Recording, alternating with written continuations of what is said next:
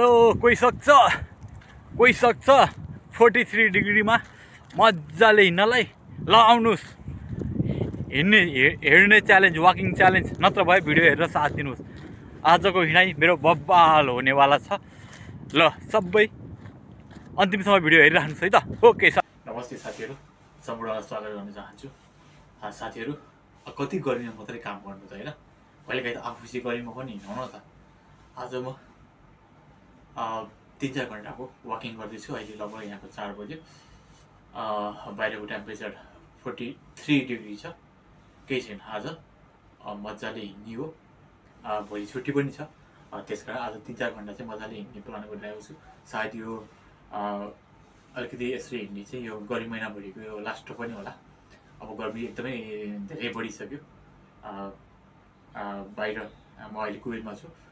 कुवेतमा गर्मी एकदमै धेरै बढिसक्यो। सायद यो लास्टचोटि पनि हुनसक्छ। यसरी हिँड्ने चाहिँ अरू बेला हिँड्न त हिँडिन्छ, काम पनि गरिन्छ, हरेक कुरा गरिन्छ, तैपनि हिँड्ने नै भन्ने हिसाबले एउटा हाइकिङकै हिसाबले चाहिँ यो लास्ट होला। फेरि गर्मी सकियो लगतै प्रयास जारी नै रहनेछ। सकेसम्म त हिँडियोस्, मौसमले साथ दिएसम्म त। एउटा फिजिकल पनि भयो हो, एउटा नयाँ एक्सपेरिमेन्ट पनि हो, र मेरो विशेष गरी युट्युब भिडियो पनि हो है साथीहरू। सबैले हेर्नु होला, सबैले मन पराउनु हुन्छ कि हुँदैन भन्नु होला। कोही साथीहरू नयाँ हुनुहुन्छ भने सब्सक्राइब गर्न चाहिँ नबिर्सिनु होला। मिस्टर पिल्कु वान सदैव यहाँहरूसँग सँगै साथमा रहनेछ, सकारात्मक सोचको साथ। ओके साथीहरू, लेट्स गो। आजको मेरो यो इभिनिङ वाकिङ 4 to 8 मेरो टार्गेट वाकिङ सुरु हुन्छ अब। ओके साथीहरू, आज म वाकिङमा 3-4 घन्टाको सानो हाइकिङमा जाने भनेर चाहिँ सामान प्याक गर्दैछु। अब पानीको बोतलहरू हाल्नु पऱ्यो,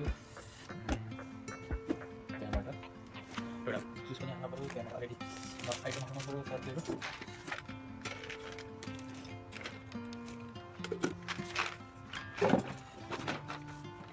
अलिकति नट आइटम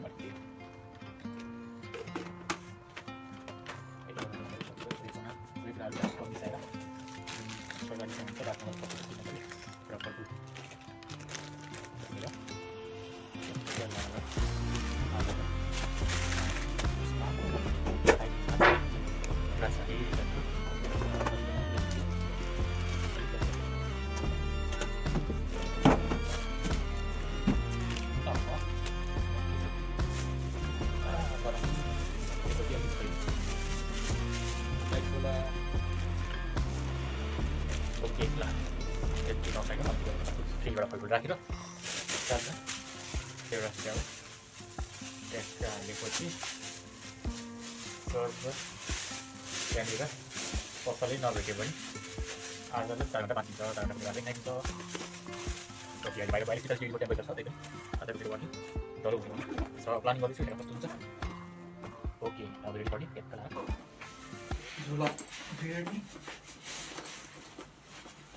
ट्याक्क लगाएर झोलामा पानी छ, जुस छ, थोरै फलफुल छ, डेट्स आइटम छ, सर र थके लागे खाँदै पनि जाने हो। ल यो चाहिँ मेरो साथी, ट्याक्क अहिले सेल्फी हान्ने, भिडियो खिच्ने, यो चाहिँ मेरो साथी है साथीहरू। ओके, यहाँहरूलाई सँगसँगै वेलकम छ।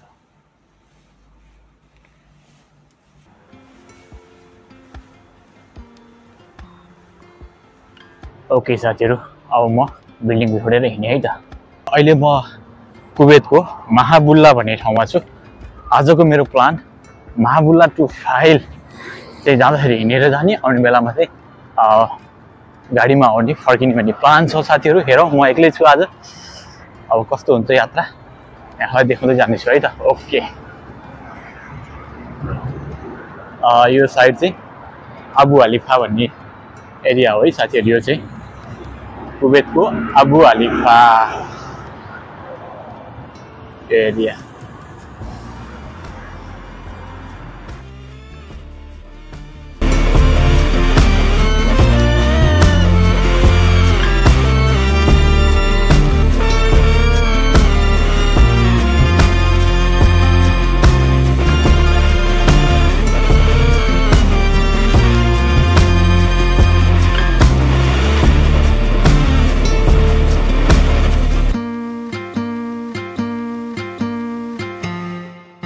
हिँडिरहेको एरिया चाहिँ यो अबु हलिफा एरिया हो, कुवेतको अबु हलिफा। र महाबुल्लाबाट अगाडि बढेको अबु हलिफा मङ्गाफ हुँदै फाइल पुग्ने लक्ष्य छ।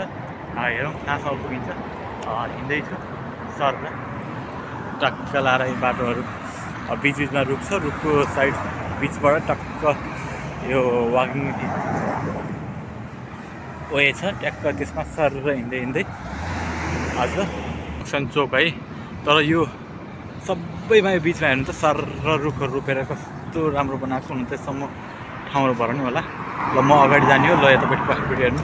र म आएको बाटो हेर्नु, सर र रुखहरू सबै रोपेर टक्क टक्क टक्क ट्याक्क काटछाट गरेर ल हेर्नुहोस् त, यस्तो राम्रो छ। ल हेर्नु बाटोको छेउमा सर र यस्तो बबाल चाल्ने, यो चाहिँ हाम्रो देशमा पनि सिक्नुपर्ने कुराहरू है। ल हेर्नुहोस् सर र जारी छ। सुरुमा निक्लेर मात्रै गाह्रो हो, पछि त पसिना आइसक्यो, पसिना आएपछि त मतलब भएन सर। अब गाह्रै भयो भने मात्रै हो, नत्र भए सुरुमा असिलो निक्लिनु ओहो तातो हुन्छ कि भन्नु मात्रै हो, नत्र भए अब चाहिँ गजबले हिँड्न सकिन्छ। साथै यहाँ चाहिँ यो है यसरी ट्याक्क अब चराहरूलाई पानी सानी दिनु पऱ्यो नि, त्यो गरीमा पानी पाउँदैन।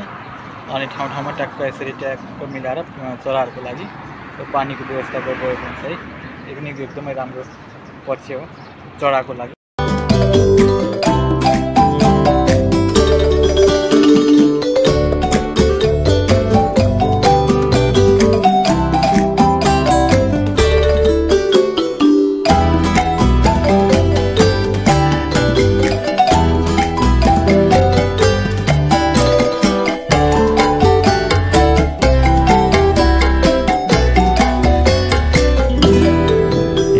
चौर खेल्ने एरिया। अब यो एरिया चाहिँ यो महाबुल्ला र अबु हलिफा र मङ्गाफको सेन्टर हो, बिच एरिया हो। प्रायः जसो यो दुईवटा सहरको बिचमा चाहिँ ट्याक्क एउटा चौर जस्तो चाहिँ छ यहाँनिर। अब यो अबु हलिफा र मङ्गाफको बिचको खाली भाग त्यति ठुलो छ यो चौर। अब यहाँनिर क्रिकेट खेल्ने फुटबल खेल्ने अहिले त गर्मी भयो नि त, पुरै एरिया ठुलो छ।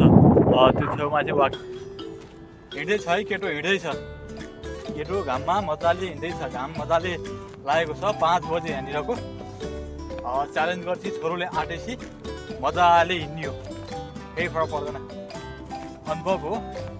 अब यो गर्मी महिनाको अन्तिम अवस्था पनि हो, गर्मी एकदमै बढ्दो छ, 42, 43, 44, 45सम्म पुगिसक्यो। अब योभन्दा पछाडि अलिकति हिँड्न गाह्रो पनि छ। आज चाहिँ एउटा अनुभव पनि गर्न थालेँ। मसँग मामा पनि हुनुहुन्थ्यो, मामालाई भनेको भोलि बिहान जाने भन्ने कुरा गरिरहनु भएको छ शीतलमा। तर अब के गर्नु, म जित्दैछु नि त, छोरोले आँटेपछि हिँडिहाल्ने हो। ओके लगभग 1 घन्टा 20 मिनट चाहिँ हिँडिसकेँ है, हिँडिरहेको छु, अलिअलि भिडियो पनि बनाइरहेको छु, सो बोलिरहेको पनि आयो। अब आधी घन्टा पछाडि एकछिन ब्रेक गरिन्छ, पानी सानी यताउता। ओके साथीहरू, ल हेर्नुहोस् यो अबु हलिफा र मङ्गाफ एरियाको यो चौर नै हो, एकदमै ठुलो छ। यहाँलाई अघि नै देखाएँ। यो साइडमा चाहिँ मङ्गाफ एरिया, यो यतापट्टि साइडमा अबु हलिफा एरिया, अनि यो तल सी साइड, त्यहाँबाट यो माथि गाउँ एरिया, ठुलो हाइवे 30 नम्बर हाइवे एकदमै। ओके साथीहरू हेरिराख्नु।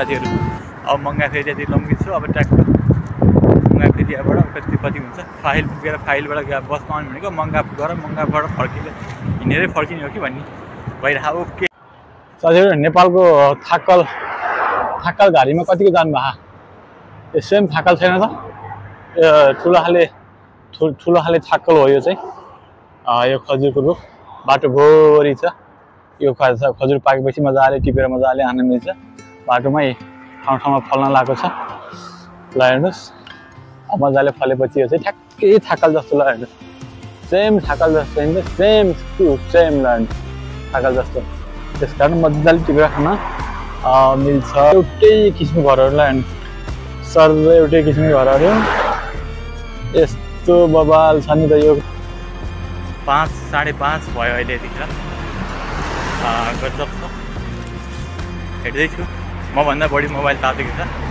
मोबाइलले ओभर हिटिङ देखेको गर्छ कहिले साउन्ड आउँदैन कहिले स्विच अफ हुन्छ गाह्रो रहेछ ओहो नेपालमा त थाहा थिएन मैले यस्तो मोबाइलमा ओभर हिटिङ हुने थाहा थिएन तर यहाँ चाहिँ मोबाइलमै एसीवाला मोबाइलै किन्नुपर्छ जस्तो अनुभव देखियो है ल देखाउँदैछु हेर्दैछु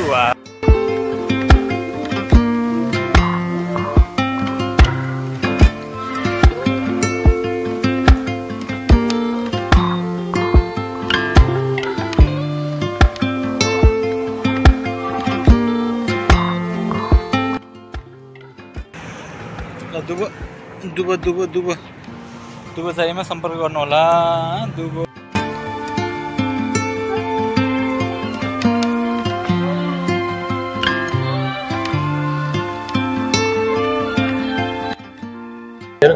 म ठ्याक्कै फाइल र उसको मङ्गाफको बोर्डरमा आइपुगेँ के उतापट्टि यो साइडमा फाइल छ र यो साइडमा चाहिँ मङ्गाफ छ है त्यो चोकमा चाहिँ ट्याक्क उतापट्टि चोकमा फाइल हो अब फाइलबाट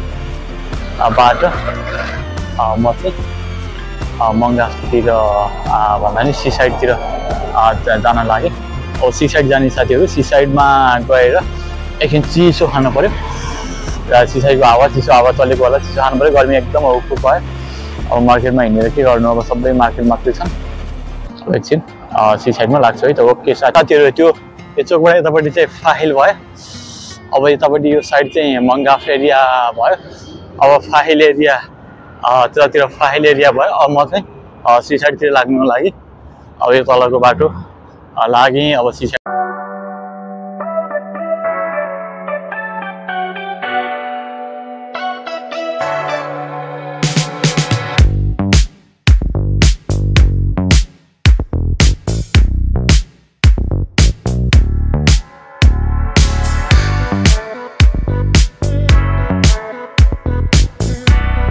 साथीहरू ल हेर्नुहोस् त सी साइड एरिया टक्क दामी भ्यू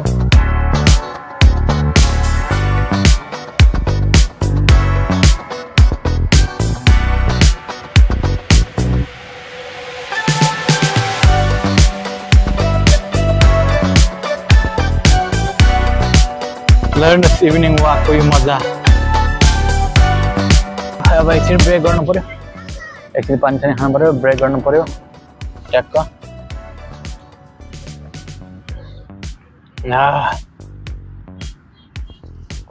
ड्रिङ्क्स त अलिकति पिउनै पर्यो नि मेरो फेभरेट व्हाइट रेड बुल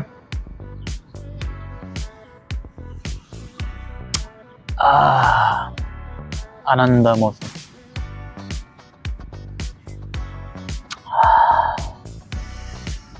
गजब छ है साथीको बडो धेरै नै हिँड्यो 8, 9, 10 किलोमिटर हिँड्यो होला अब एकछिन सी साइडमा सर र बेलुकाको यस्तो सर र एक राउन्ड हानेर त्यहाँबाट अब चाहिँ यहाँ 7 बज्यो अब फर्किने बेला चाहिँ बसमा फर्किनुपर्छ होला है साथीहरू हिँडाइ डह्रो भयो एक्लै पनि भएँ हिँड्न त मलाई अझै हिँड्न त म मजाले हिँड्न सक्छु गर्मी पनि छ मोबाइल ओभर हिटिङ देखेको गर्छ अहिलेसम्म गाह्रो छ भिडियो बनाउनु पनि ओके साथीहरू